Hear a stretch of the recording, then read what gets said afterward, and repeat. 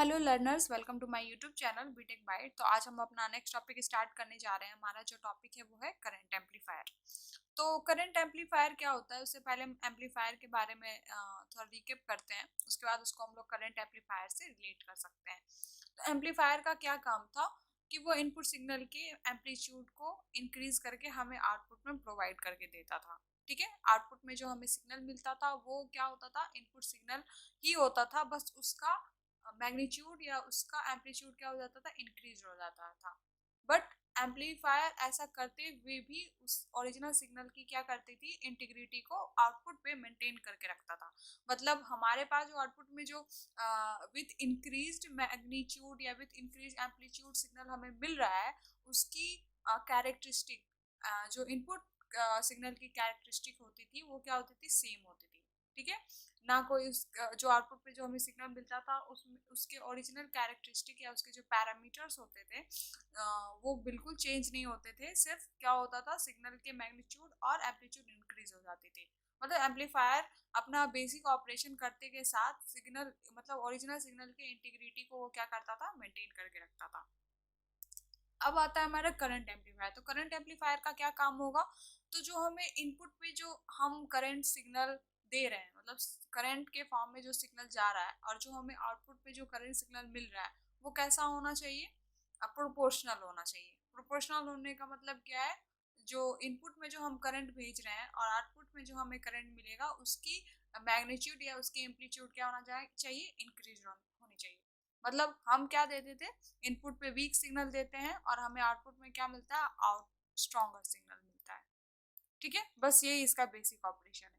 But जो integrity है original signal की वो हमें आउटपुट में मेंटेन दिखती है। मतलब आउटपुट में हमें ओरिजिनल इनपुट सिग्नल की इंटीग्रिटी मेंटेन होती है। तो हमारा करंट एम्पलीफायर क्या है, करंट एम्पलीफायर एक तरीके का इलेक्ट्रॉनिक डिवाइस है जिसको डिजाइन किस लिए किया गया है, तो हमारे इलेक्ट्रिकल करंट सिग्नल के मैग्नीट्यूड को इंक्रीज करना, उसको स्ट्रेंथन करने के लिए।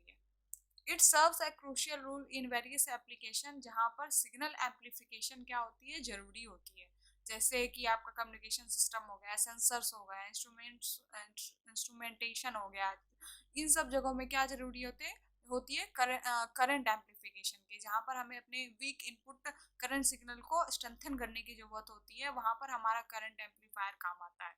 तो प्राइमरी फंक्शन क्या है करंट एम्पलीफायर का, कि वो वीक इनपुट करंट लेता है और हमें स्ट्रॉन्गर आउटपुट करंट प्रोड्यूस करके देता है while maintaining the integrity of the original signal. अभी मैंने बताया था जो हमें आउटपुट में जो सिग्नल मिल रहा है उसकी ओरिजिनल सिग्नल की इंटीग्रिटी हमें मेंटेन मिलती है। ठीक है,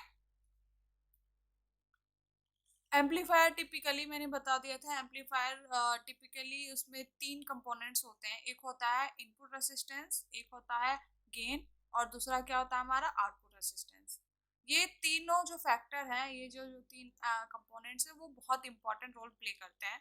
चाहे वो चाहे वो वोल्टेज एम्पलीफायर हो, चाहे करंट एम्पलीफायर हो, चाहे ट्रांस कंडक्टेंस एम्पलीफायर हो, चाहे ट्रांस रेसिस्टेंस एम्पलीफायर है। हर जगह यही तीन ऐसे वैल्यू हैं जिसपे हमारा एम्पलीफायर डिपेंड करता है। ठीक है, हमारा सिग्नल डिपेंड करता है कि किस तरीके से वो प्रोसेस हो रहा है। ठीक है, तो amplifier typically consist of three main stages. क्या होंगे, इनपुट स्टेज, उसके बाद आता है हमारा एम्पलीफिकेशन स्टेज, एंड हमारा आता है आउटपुट स्टेज।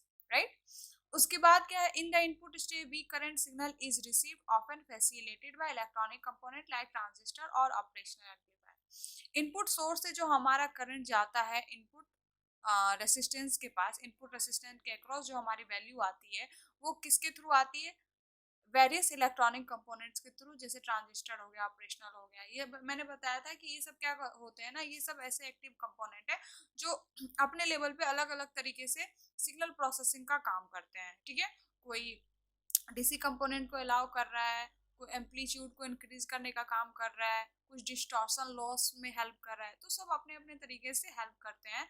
लेकिन सबका काम क्या सबका मेन फोकस क्या होता है, सिग्नल को एम्पलीफाई करना, उसको एक डिजायरेबल आउटपुट तक पहुंचाना। तो एम्पलीफिकेशन स्टेज में क्या किया जाता है, करंट के मैग्नीट्यूड को इंक्रीज किया जाता है यूजिंग एक्टिव इलेक्ट्रॉनिक कंपोनेंट।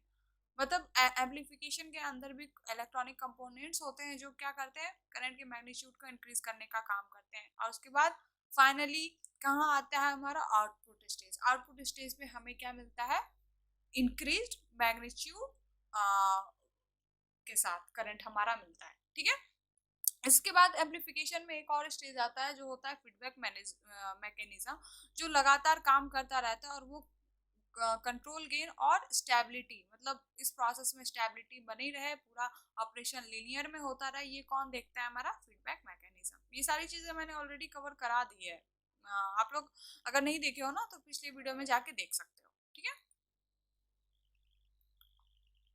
इसके बाद हमारा है गेन। तो जो हमारा करंट एम्पलीफायर है, मैंने आपको ऐसे भी बता दिया था, करंट एम्पलीफायर क्या होता है, सिंपली इनपुट सिग्नल वो लेता है और हमें स्ट्रॉन्गर आउटपुट सिग्नल प्रोवाइड करके देता है, किसके फॉर्म में, तो करंट के फॉर्म में। ठीक है, ये करंट के फॉर्म में ही सिग्नल लेता है और करंट के फॉर्म में ही हमें सिग्नल प्रोवाइड करके देता है। तो जो बीच का एम्पलीफिकेशन स्टेज है वहां पर इंक्रीज होता है, वहां पर क्या ऐड होता है, गेन। गेन क्या होता है, तो करंट गेन को हम लोग ई आई से डिनोट करते हैं। इसकी वैल्यू जो होती है कि जो हमें आउटपुट पे जो करंट मिल रहा है और हमने इनपुट पे जो भेजा है उसी का रेशियो हमें क्या बताता है, गेन। और ये बताता है कि इनपुट करंट जितने फैक्टर से हमारा बढ़ रहा है उतने ही फैक्टर से हमारा क्या होगा, आई आउट इंक्रीज होगा। मतलब हमारे आई इन और आई आउट के बीच कैसा रिलेशन है, प्रोपोर्शनल रिलेशन है, और वो उसको कौन डिफाइन करता है, गेन फैक्टर। ठीक है, कि कि हमारा इनपुट करंट किस गेन से इंक्रीज हुआ है वो हमें कहाँ देखने को मिलता है, अपने आउटपुट पे। ठीक है, तो some sort of proportional relation है।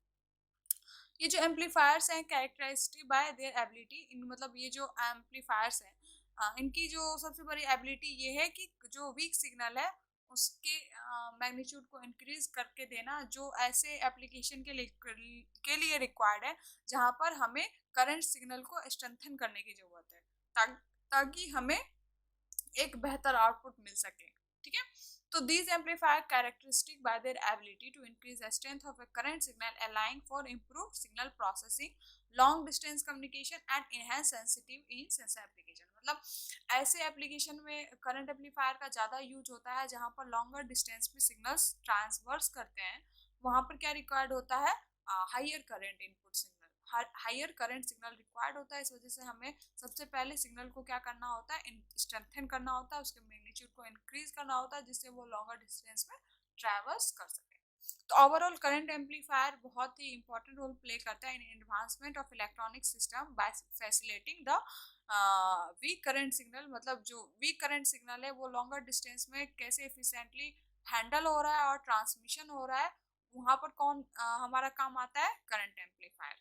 ठीक है, अब हम इसका देखते हैं सर्किट डायग्राम। तो इसका सर्किट डायग्राम कैसा है वो हम देखते हैं। तो मैंने लास्ट वीडियो में आपको वोल्टेज एम्पलीफायर पढ़ाया था, उसमें मैंने बताया था जो हमारा जो सोर्स वोल्टेज होता है ना उसको हम लोग जो एम्पलीफायर स्टेज है उसको हम लोग सीरीज में जोड़ते हैं। बट इन करंट एम्पलीफायर में क्या होता है कि जो हमारा सोर्स करंट है वो पैरेलली जुड़ता है किसके, तो इनपुट रेसिस्टेंस के। ठीक है, तो हमारा कैसा होगा, ये वैल्यू हम लोग क्या करते थे, ये इसको अगर आप हटा दो तो यहाँ पर हमारा क्या होता था, सोर्स रेसिस्टेंस होता था, यहाँ पर सोर्स वोल्टेज होता था, और इसको हम लोग सीरीज में कनेक्ट करते थे। ठीक है, वोल्टेज एम्पलीफायर में। बट हमारा करंट एम्पलीफायर में क्या होता है, इसको जस्ट पैरेलली कनेक्ट होता है। ठीक है, तो यहाँ से हमारा क्या हुआ, हमारा सोर्स इनपुट मतलब source current as a source input हमारा करंट के फॉर्म में ट्रेवल किया। और मैंने बताया था कि पैरेलली कनेक्शन में क्या होता है कि करंट डिवाइड हो जाते हैं ब्रांचेस में। बट हम नहीं चाहते हैं कि हमारा करंट क्या हो, डिवाइड हो। अगर क्योंकि करंट करंट डिवाइड होगा, हमारा सिग्नल डिवाइड होगा तो हमारा यहाँ पर जो वैल्यू आएगा वो क्या हो जाएगी, लॉस हो जाएंगे। ठीक है, रिड्यूस फॉर्म में आएगा। तो हम चाहते हैं कि जितना हमने सोर्स इनपुट भेजा है वो हमें यहाँ पर इसके अक्रॉस इनपुट रेसिस्टेंस के अक्रॉस देखने को मिले। तो उसके लिए हमें क्या करना पड़ेगा, क्या करना पड़ेगा, तो इस आर इन की वैल्यू को मिनिमम करना होगा, मिनिमम करना होगा। क्यों, अब मैं बताती हूँ कि देखो होता क्या है, जो हमारा सोर्स इनपुट होता है जब उसको हम लोग कनेक्ट करते हैं तो उस करंट का अपना खुद का भी क्या होता है, रेसिस्टेंस होता है, जिसको हम लोग क्या कहते हैं, सोर्स रेसिस्टेंस। ठीक है, ये बेसिकली क्या होता है, बहुत हाई होता है। ठीक है, किसके, तो आर इन से। सॉरी, ये क्या होता है, बेसिकली हाई होता है, ठीक है। जो सोर्स रेसिस्टेंस होता है अपना खुद के करंट का, वो क्या होता है, काफी हाई होता है।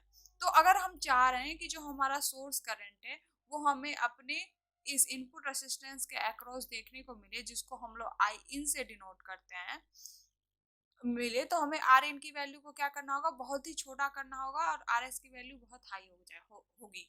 अगर आर एस की वैल्यू हाई होगी तो यहाँ क्या हो जाएगा, शॉर्ट सर्किट हो जाएगा, और हमारा ये जो सिग्नल है यहाँ पर ट्रांसवर्स नहीं करेगा, यहाँ डायरेक्ट हमारा आर इन के अक्रॉस आ जाएगा हमारा वैल्यू, ठीक है। तो क्या हो जाएगा यहाँ पर वैल्यू, तो अकॉर्डिंग टू करंट लॉ के हिसाब से फॉर्मूला क्या आएगा, I in is equal to, current law क्या कहता है कि जो जिसका हमें वैल्यू निकालना है उसके अपोजिट वाला रेसिस्टेंस, तो उसके अपोजिट रेसिस्टेंस कौन सा है, आर एस डिवाइडेड बाय, और जितने भी सर्किट में रेसिस्टेंस है वो आर एस प्लस क्या हो जाएंगे, आर आई एन इंटू हमारा सोर्स करंट, ठीक है, ये वैल्यू होता है। तो अगर हम चाह रहे हैं कि आर इन मतलब आर इन के अक्रॉस मतलब इनपुट करंट हमें यहाँ पर अपना देखने को मिले, आर इन इनपुट रेसिस्टेंस के अक्रॉस, तो हमें क्या करना होगा, आर इन की वैल्यू को बहुत बहुत बहुत छोटा करना होगा, और आर एस की वैल्यू को बहुत बहुत बहुत ज्यादा बड़ा करना पड़ेगा। तो आर एस अगर बहुत ज्यादा बड़ा हो जाएगा तो क्या हो जाएगा, ये इन्फिनिटी बाय इन्फिनिटी ये क्या हो जाएगा, कट जाएगा। आर एन का वैल्यू हमारा क्या है, यहाँ पर 0 है, तो आई एन मतलब हमारा आई इन पे हमारा सोर्स करंट देखने को मिलेगा, ठीक है। तो हमारा इससे एक क्या निकल गया, आर इन की वैल्यू क्या होनी चाहिए, 0 होनी चाहिए। अब आता है हमारा आउटपुट स्टेज, हमने इनपुट देख लिया, अब हम लोग आउटपुट स्टेज पे आते हैं। तो आउटपुट स्टेज में क्या होता है हमारा, पहले गेन होता है, तो गेन का वैल्यू क्या है, गेन करंट का ए आई इंटू आई ई एन, यहाँ पर हमारा गेन ऐड हुआ, तो गेन जो हुआ वो फिर किसके फॉर्म में ट्रांसवर्स करेगा, करंट के फॉर्म में ट्रांसवर्स करेगा, तो ये वैल्यू हमारी क्या होगी, इधर ट्रेवल करेगी। और यहाँ पर हमारा क्या है, एक्सटर्नल कनेक्शन में हमारा क्या जुड़ा हुआ है, लोड रेसिस्टेंस, और इसी लोड रेसिस्टेंस के अक्रॉस जो हमें वैल्यू मिलती है वो क्या होती है, हमारी आउटपुट, इधर in the form of current और in the form of voltage, वो डिपेंड करता है कि हमारा सिग्नल कैसा आ रहा है, ठीक है। तो यहाँ पर आर एल के अक्रॉस जो हमें इनपुट करंट मिलेगा वही हमारा क्या होगा, आई आउट, ठीक है, वही हमारा आई आउट होगा। तो हम क्या चाह रहे हैं कि जो हमारा यहाँ पर गेन ऐड हुआ है वो हमें आर एल के अक्रॉस देखने को मिले, तो उसके लिए हमें आर आउट का वैल्यू को क्या करना होगा, इन्फिनिटी करना होगा। हम जब आर आउट की वैल्यू को इन्फिनिटी कर देंगे, बहुत आर आउट की वैल्यू बहुत बहुत बहुत ज्यादा हो जाएगी, तो यहाँ पर क्या हो जाएगा, शॉर्ट सर्किट हो जाएगा, शॉर्ट सर्किट हो जाएगा, ये कनेक्शन कट जाएगा, और हमारा ये वैल्यू डायरेक्ट हमारे आर एल के अक्रॉस मिल जाएगा। और आर एल के अक्रॉस हमारा क्या है, I O out, I I O out किसके बराबर हो जाएगा हमारा, ए आई इंटू आई एन, यही तो है। यहाँ पर हमें आउटपुट में हमारा क्या मिल गया, सिग्नल मिल गया। तो इससे हमें क्या पता चला कि हमें इनपुट रेसिस्टेंस क्या होना चाहिए, कोई भी एक आइडियल करंट एम्पलीफायर के लिए क्या रिक्वायर्ड है कि इनपुट रेसिस्टेंस उसका 0 होना चाहिए और आउटपुट रेसिस्टेंस उसका क्या होना चाहिए, हाई होना चाहिए, ठीक है। आई होप आप लोगों को इतनी चीजें क्लियर हुई हो। अब इसके आगे हम लोग पढ़ते हैं। तो जो चीजें मैंने इतनी चीजें ऊपर पढ़ाई है ना, वही सारी चीजें आपको मैंने नीचे लिख रखी है, फिर भी मैं आप लोगों को बता देती हूँ। इसका कैरेक्टरिस्टिक क्या है, इनपुट रेसिस्टेंस में क्या होता है, आर इन होता है, और हमारा ये क्या होता है, सोर्स रेसिस्टेंस होता है, जो पैरेलली एक दूसरे से कनेक्टेड होते हैं। आर इन का वैल्यू क्या होना चाहिए, बहुत ही कम होना चाहिए, जिस वजह से आर एस क्या हो जाएगा, हमारा इन्फिनिटी हो जाएगा, आर एस से वैल्यू हमारा क्या हो जाएगा, शॉर्ट सर्किट हो जाएगा, और हमारा आई इन पे हमारा आई एस की वैल्यू आ जाएगी, ठीक है। इनपुट रेसिस्टेंस पे हमारा क्या आ जाएगा, अपना इनपुट करंट आ जाएगा इसके क्रॉस। तो इससे ये पता चला कि जो हमारा इनपुट रेसिस्टेंस जो होना चाहिए एम्पलीफायर का, वो बहुत बहुत बहुत छोटा होना चाहिए, किसके, तो हमारे सोर्स रेसिस्टेंस के। इस केस में करंट क्या होगा, डायरेक्ट एम्पलीफायर जो हमारा जो करंट है वो डायरेक्ट हमें इनपुट एम्पलीफायर के इनपुट स्टेज मतलब इनपुट रेसिस्टेंस के अक्रॉस हमें देखने को मिलेगा, जो कि किसके इक्वल होगा, हमारे सोर्स करंट के, जो हमने प्रोवाइड किया था। इसके बाद है हमारा आउटपुट रेसिस्टेंस। आउटपुट रेसिस्टेंस में दो पैरेलली रेसिस्टेंस कनेक्टेड होते हैं, जो होते हैं, एक होता है आर एल जो एक्सटर्नल कनेक्टेड होता है, और एक हमारा होता है आर आउट, जिसको हम लोग कहते हैं आउटपुट रेसिस्टेंस, जो कि एम्पलीफायर का आउटपुट रेसिस्टेंस होता है, ठीक है। तो आर एल क्या होना चाहिए, बहुत ही छोटा होना चाहिए, किसके, आर आउट के, मतलब आर आउट का वैल्यू बहुत बहुत ज्यादा होना चाहिए, जिस वजह से आर आउट से कनेक्शन कट जाए और हमारा जो गेन है वो डायरेक्ट आई एल मतलब आर एल के अक्रॉस वैल्यू देखने को मिले, जो किसके बराबर हो जाएगा हमारा A V into I N I out के बराबर। ठीक है, ये सारी चीजें मैंने आपको ऑलरेडी समझा दी। इसका मतलब ये कि जो लोड रेसिस्टेंस होगा वो बहुत छोटा होगा, किसके, तो output resistance of the amplifier के। इस केस में हमारा जो लोड करंट है वो किसके इक्वल हो जाएगा, हमारे आउटपुट करंट के, जो कि किसके बराबर है, ए आई इंटू आई ई एन। ठीक है, एंड ये दोनों क्या होंगे, both are proportional to the input current with a factor I. अभी मैंने बता दिया था ना कि some sort of proportional relation होता है किनके, तो इनपुट करंट और आउटपुट करंट के विथ फैक्टर कौन सा, गेन, मतलब जिस फैक्टर से हमारा इनपुट करंट इंक्रीज होगा उसी फैक्टर से हमें आई आउटपुट हमें देखने को मिलेगा। ठीक है, जिसको हम लोग गेन गेन कहते हैं।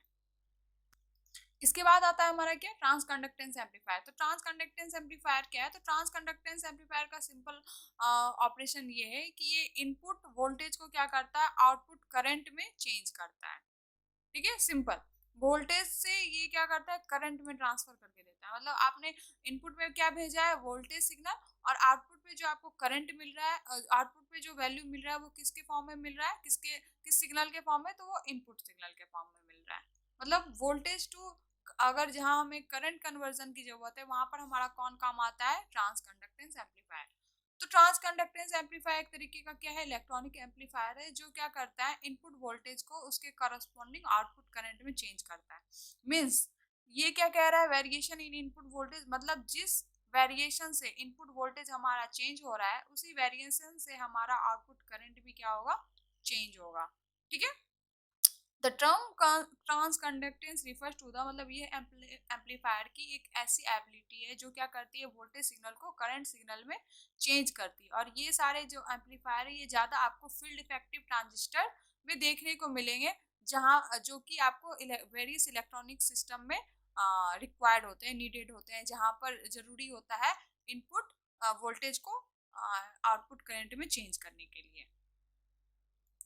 तो इसका बेसिक डिफिनेशन क्या है कि ट्रांस कंडक्शन का, कि ये मेजर करता है कि कितना output current of a devices change हुआ है with respect to input voltage. मतलब इनपुट वोल्टेज में जो भी वेरिएशन आ रहे हैं, मतलब जिस वेरिएशन के साथ इनपुट वोल्टेज रिस्पॉन्ड कर रहा है, तो हमें जो आउटपुट पे जो करंट मिलेगा उसी वेरिएशन के साथ मिलेगा। मतलब दोनों की इंटीग्रिटी क्या होगी, ओरिजिनल सिग्नल की और जो आउटपुट पे सिग्नल मिल रही है उसकी इंटीग्रिटी सेम होगी। जिस वेरिएशन से इनपुट वोल्टेज जा रही है, रिसीव हो रही है, उसी वेरिएशन से हमें आउटपुट करंट प्रोड्यूस होता हुआ मिलेगा।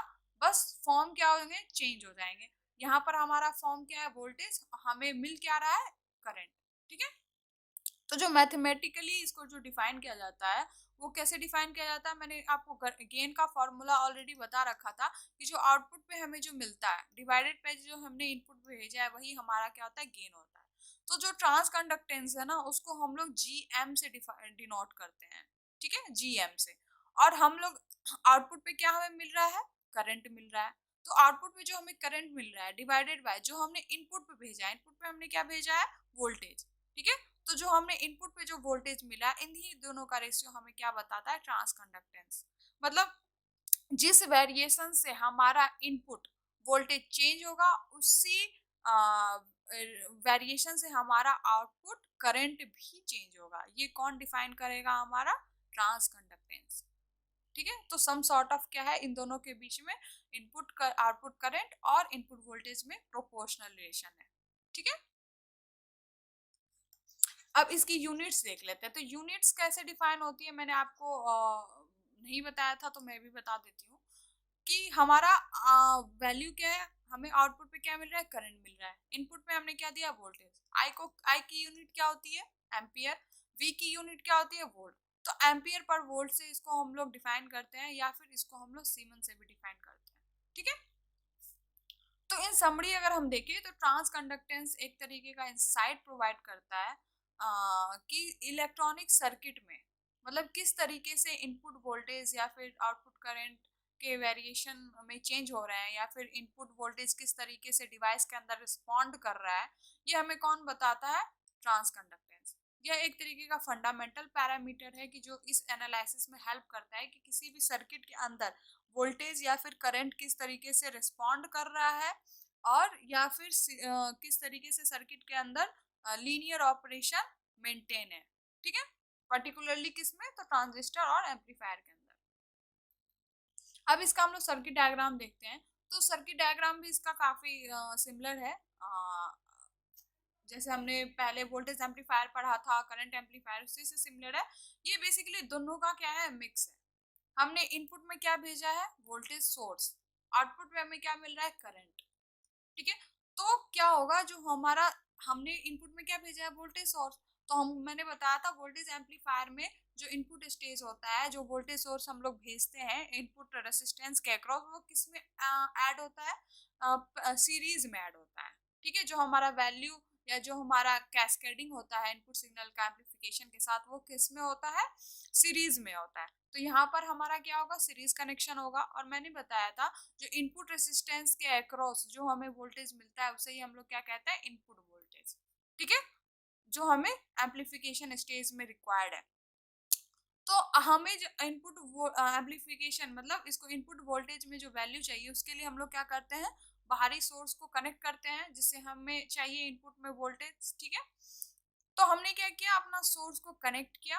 तो जो हमारा वोल्टेज सोर्स है उसका खुद का भी अपना रेसिस्टेंस होगा। ठीक है, रेसिस्टेंस होगा, और इसको हमने क्या ऐड किया है, अपने इनपुट रेसिस्टेंस के साथ, जिसके अक्रॉस हमें क्या मिलेगा, इनपुट वोल्टेज VIN।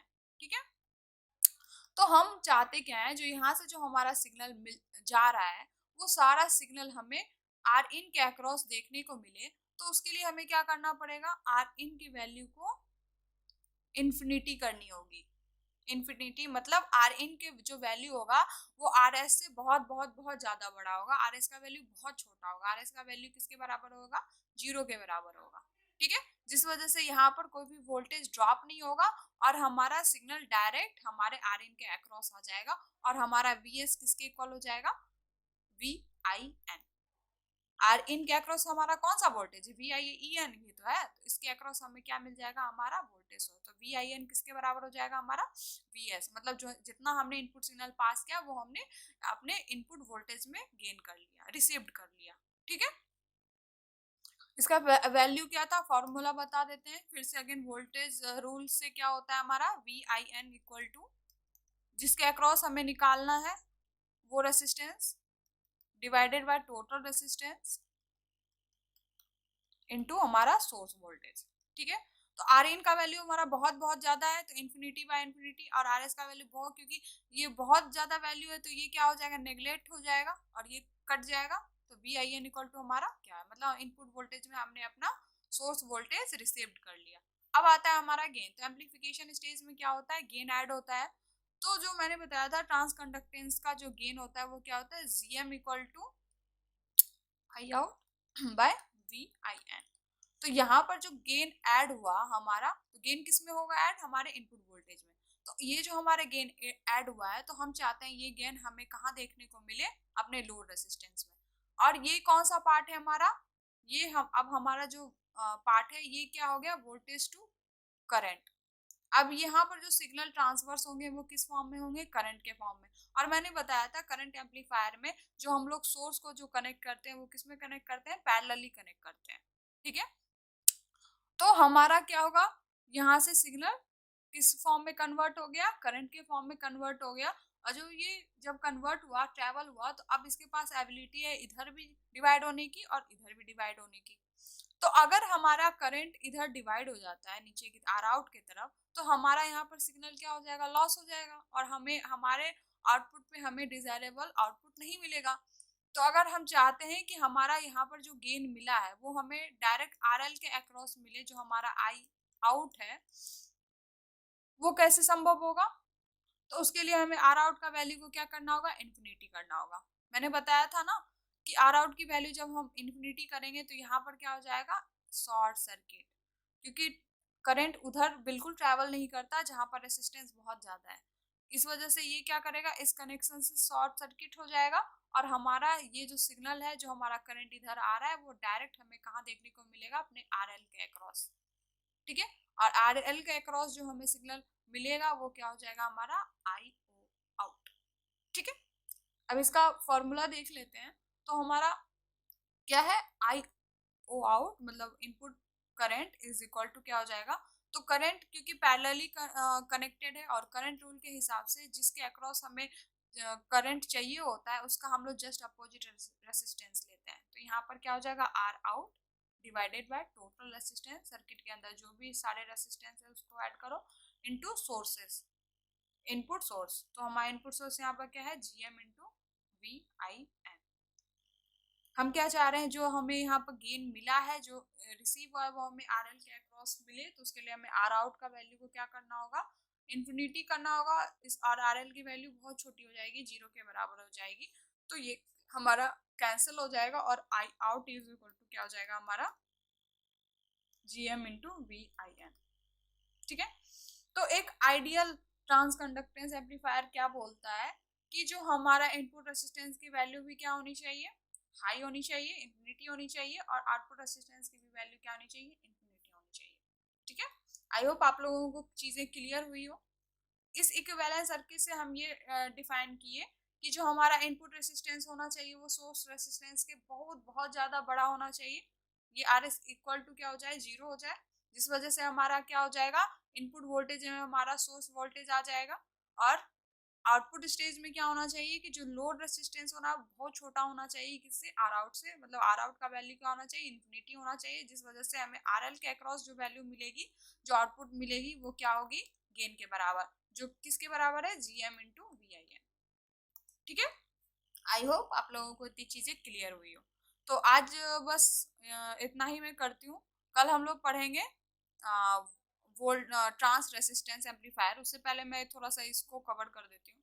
तो जो चीजें मैंने ऊपर बताई वही सारी चीजें मैंने नीचे लिख रखी है, लेकिन फिर भी हम इसको मैं आप लोगों को कवर करा देती हूँ।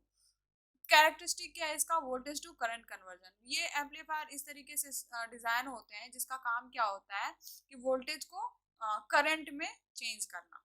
ठीक है। प्रोपोर्शनली चेंज करना मतलब जो भी वेरिएशन आपके वोल्टेज में आ रहे हैं इनपुट वोल्टेज में आ रहे हैं वैसी प्रोपोर्शनल में आपको आउटपुट पे करंट चेंजेस या करंट में वेरिएशन देखने को मिलेगा। ठीक है। Some sort of proportional relation है this particularly useful in application जहां पर करंट मॉड्यूलेशन ज्यादा प्रिफर्ड किए जाते हैं और वोल्टेज मॉड्यूलेशन वहां पर क्या रिक्वायर्ड होता है वोल्टेज को करंट में चेंज करने का।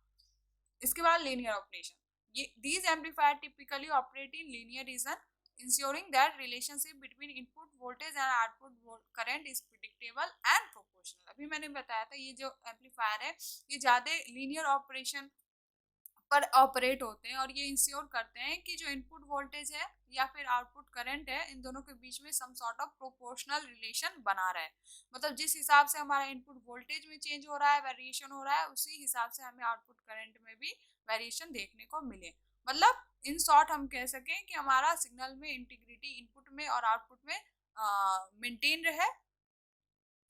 This linearity is crucial for accurate signal amplification। और ये अगर हमें ओरिजिनल सिग्नल रिक्वायर्ड है तो हमें सिग्नल की इंटीग्रिटी को मेंटेन रखना पड़ेगा। अब आता है हमारा एप्लीकेशन। एप्लीकेशन क्या है transconductance amplifier find application in various field including जैसे ऑडियो जो लॉन्गर डिस्टेंस पे जो सिग्नल ट्रांसवर्स करती है ना वहां पर हमारा ये ट्रांस कंडक्टेंस एम्पलीफायर रिक्वायर्ड होता है क्योंकि वहां पर जो सिग्नल्स होते हैं ना वोल्टेज सिग्नल को इनपुट मतलब करंट सिग्नल में कन्वर्ट करने की रिक्वायरमेंट होती है। तो जैसे ऑडियो एम्पलीफिकेशन हो गया जहाँ पर ऑडियो सिग्नल को क्या करना होता है एम्पलीफाई करना होता है।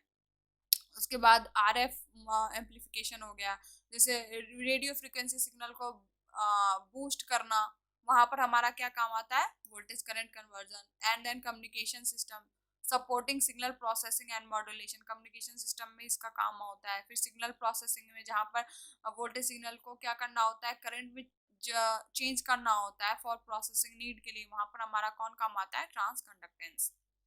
तो ट्रांस कंडक्टेंस डिवाइसेस क्या है तो एफईटी जैसे फील्ड इफेक्टिव ट्रांजिस्टर में ज़्यादातर इसका यूज होता है और अदर डिवाइसेस में जो ट्रांस कंडक्टेंस कैरेक्टरिस्टिक को रेफर करते हैं वहां पर यूज किया जाता है।